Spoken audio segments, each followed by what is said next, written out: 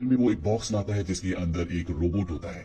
ये आम रोबोट नहीं है बल्कि बहुत ही इंटेलिजेंट है। और जैसे मार्टिन रोबोट को एक्टिवेट करता है, रोबोट उसे बताता है कि रोबोट्स के 3 लॉज हैं। किसी भी इंसान को हार्म नहीं करना। दूसरा लॉ होता है कि इंसानों के ऑर्डर्स को फॉलो करना है, पर वो इंसान के किसी भी ऐसे ऑर्डर को फॉलो नहीं कर सकते जिसमें वो दूसरे इंसान को हार्म पहुंचाने के लिए उन्हें कहे। और तीसरा लॉ होता है कि रोबोट्स को हमेशा अपने अस्तित्व को बचा कर रखना है। मार्टिन की छोटी बेटी को ये रोबोट बहुत पसंद आता है, पर उसकी बड़ी बेटी इस रोबोट को बिल्कुल भी पसंद नहीं करती। दरअसल इस रोबोट को घर के काम करने के लिए डिजाइन किया गया है। ये रोबोट घर के काम करना शुरू कर देता है और एक दिन जब वो मार्टिन की बड़ी बेटी के पास जाता है तो मार्टिन की बड़ी बेटी उसे खिड़की से कूदने के लिए कहती है और वो रोबोट ऐसे ही करता है, वो खिड़की से कूद जाता है। इस बात से मार्टिन को बहुत गुस्सा आता है। वो अपनी बेटी को समझाता है कि हमें इसे सिर्फ एक रोबोट नहीं समझना चाहिए, ये हमारी मदद करता है, हमें इसकी इज्जत करनी चाहिए। वहीं एक दिन मार्टिन की छोटी बेटी एमेंडा जब बीच पर खेल रही होती है तो रोबोट से गलती से उसका कांच का घोड़ा टूट जाता है, जिससे एमेंडा को बहुत दुख होता है। रोबोट को भी उसके लिए अच्छा नहीं लगता, इसीलिए वो उसके लिए एक लकड़ी का घोड़ा बनाता है। और जब मार्टिन को एक बात पता चलती है कि रोबोट ने एक लकड़ी का घोड़ा बनाया है तो बहुत हैरान होता है, क्योंकि रोबोट्स के अंदर इमोशन नहीं होते। वो इस तरह की बातों को नहीं समझते कि अगर किसी की कोई चीज टूट जाए तो उस इंसान को दुख हो सकता है। साथ ही मार्टिन देखते हैं कि एक दिन रोबोट गाने सुन रहा होता है। वो ये सब देखकर बहुत हैरान होते हैं, इसीलिए रोबोट को उस कंपनी में ले जाते हैं जहाँ से उन्होंने इसे खरीदा होता है। और वहाँ के वैज्ञानिक को सारी बातें बताते हैं और पूछते हैं क्या इस रोबोट को इसी तरह से डिजाइन किया गया है। वो कहते हैं कि नहीं, ये तो सिर्फ एक प्रोग्राम है, अगर तुम इसे वापस करना चाहते हो तो कर सकते हो। लेकिन मार्टिन साफ साफ मना कर देता है और रोबोट को लेकर घर वापस आ जाता है। दरअसल इस वक्त में इस तरह के कई रोबोट्स कई लोगों के पास भी होते हैं। धीरे धीरे वक्त बीतता है और रोबोट यहाँ पर बहुत सारी लकड़ी की चीजें बनाता है, जिनमें सबसे ज्यादा घड़ियां होती है। साथ ही वो पियानो बजाना भी सीखता है। इसी तरह से वक्त बीतता चला जाता है और रोबोट के अंदर बहुत सारे ह्यूमन इमोशंस आ जाते हैं। और अब एमेंडा भी बड़ी हो चुकी है। ये सब तय करते हैं कि रोबोट ने जितनी भी चीजें बनाई है ये उन सब को सेल कर देंगे और उससे जितने भी पैसे मिलेंगे उससे रोबोट का अकाउंट खोलेंगे। और ये ऐसा ही करते हैं, ये उन चीजों को सेल करके अकाउंट में पैसे डाल देते हैं।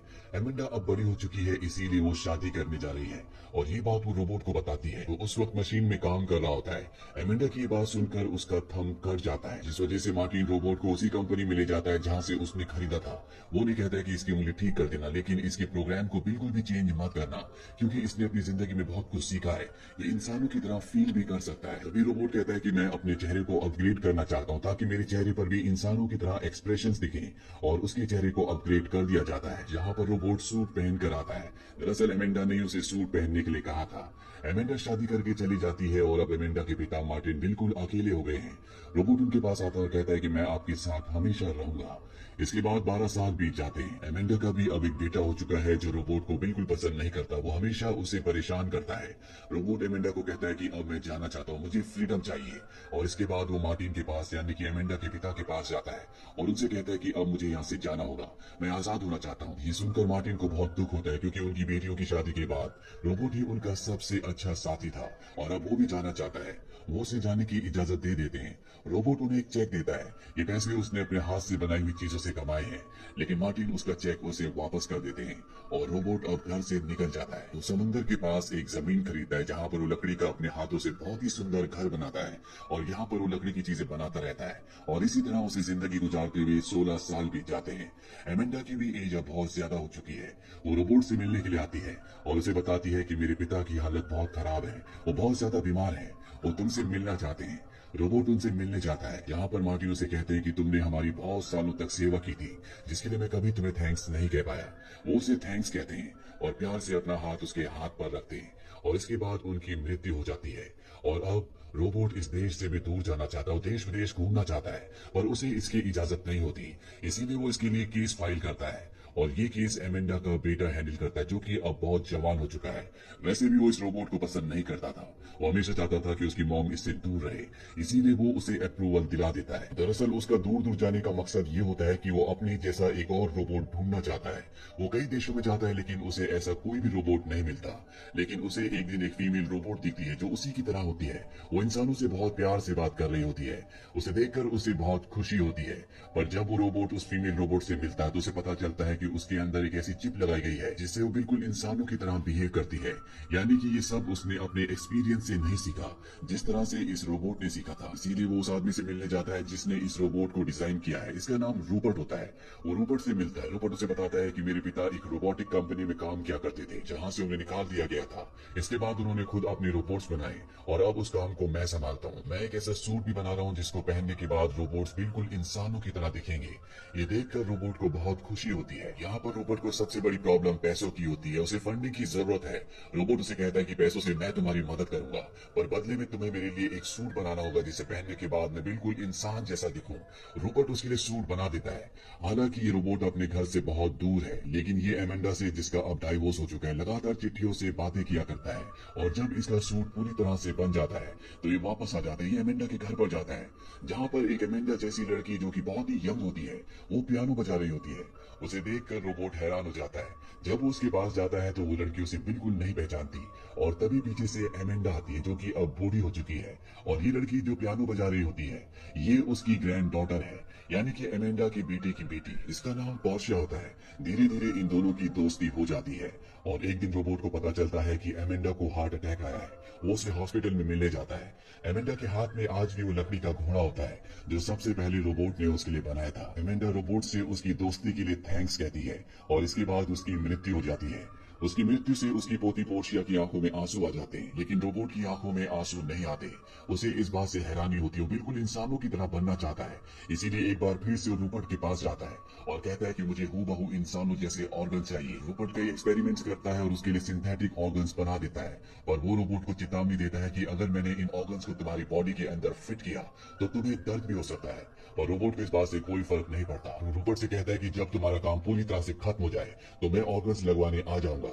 इसके बाद वो वापस आ जाता है, जहाँ पर वो एमेंडा की ग्रैंड डॉटर पोर्शिया से मिलता है। ये दोनों धीरे धीरे एक दूसरे को पसंद करना शुरू कर देते हैं, लेकिन एक दिन पोर्शिया से कहती कि मैं तुमसे शादी नहीं कर सकती क्योंकि तुम इंसान नहीं हो। इस बात से रोबोट को बहुत दुख होता है और वो रूपर्ट के पास जाता है जिसने सिंथेटिक ऑर्गन्स बना दिए होते हैं। वो उसकी बॉडी में सिंथेटिक ऑर्गन्स लगा देता है, जिससे रोबोट को बहुत खुशी होती है। वो पोर्शिया के पास जाता है और कहता है मेरी आंख में फूंक मारो, और जैसे ही वो उसकी आंख में फूंक मारती है तो उसे दर्द होता है, यानी कि अब वो लगभग पूरी तरह से ह्यूमन बन चुका है। और पोर्शिया से कहती है कि मेरी शादी होने वाली है, जल्दी मेरी एंगेजमेंट है। ये बात सुनकर रोबोट को बिल्कुल अच्छा नहीं लगता। वो उदास हो जाता है। वही रूपर्ट को दिखाया जाता है जो उस फीमेल रोबोट का बदला हुआ बिहेवियर देखता है, जो इंसानों की तरह बिहेव करती थी। वो समझ जाता है कि ये काम एमेंडा के रोबोट, जिसका नाम एंड्रयू है, उसी का है। वो एंड्रयू के पास आता है और उसे कहता है कि मुझे वो चिप वापस कर दो।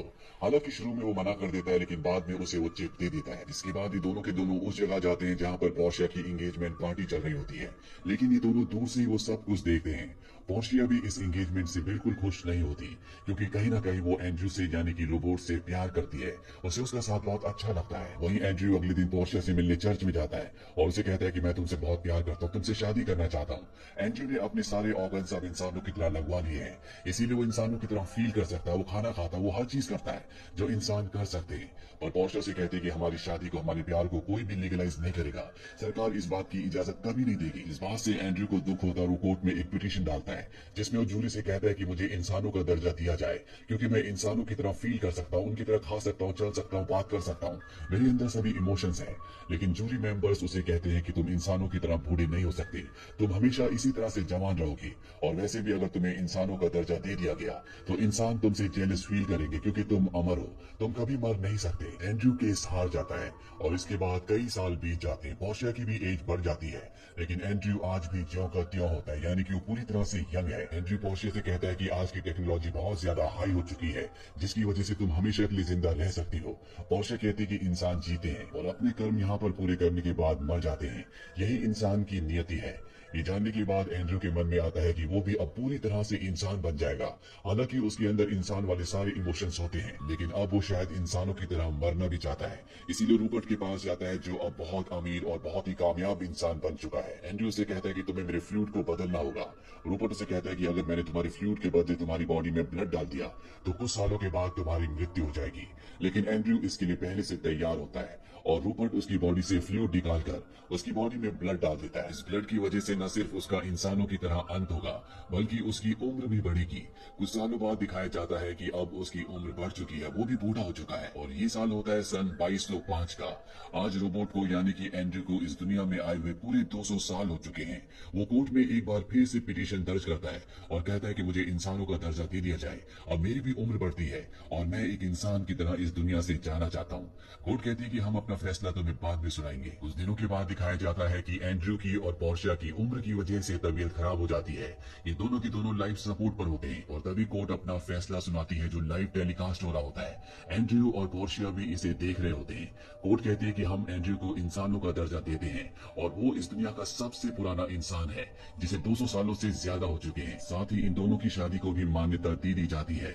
इस न्यूज को सुनते सुनते ही एंड्रयू की मृत्यु हो जाती है। पोर्शिया नर्स से कहती है कि एंड्रयू हमेशा से जानता था कि वो एक इंसान है, उसे किसी की भी कंफर्मेशन की जरूरत नहीं थी, ये सब उसने मेरे लिए किया था। ये जो नर्स होती है ये वही रोबोट होती है जिससे एंड्रयू सबसे पहले मिला था। अब साइंस ने बहुत ज्यादा तरक्की कर ली है, इसीलिए सभी इंसान अब बिल्कुल रोबोट्स की तरह दिखते हैं। पोर्शिया इस रोबोट को ऑर्डर देती है कि उसका लाइफ सपोर्ट बंद कर दे क्योंकि अब उसकी भी उम्र हो चुकी है। उसने एंड्रयू का हाथ पकड़ा हुआ होता है और वो एंड्रयू से कहती है सी यू सून, यानी कि जल्द ही दोबारा मिलेंगे। इसके बाद उसकी भी मृत्यु हो जाती है। इस तरह से एंड्रयू जिसे रोबोट बनाकर इस दुनिया में लाया गया था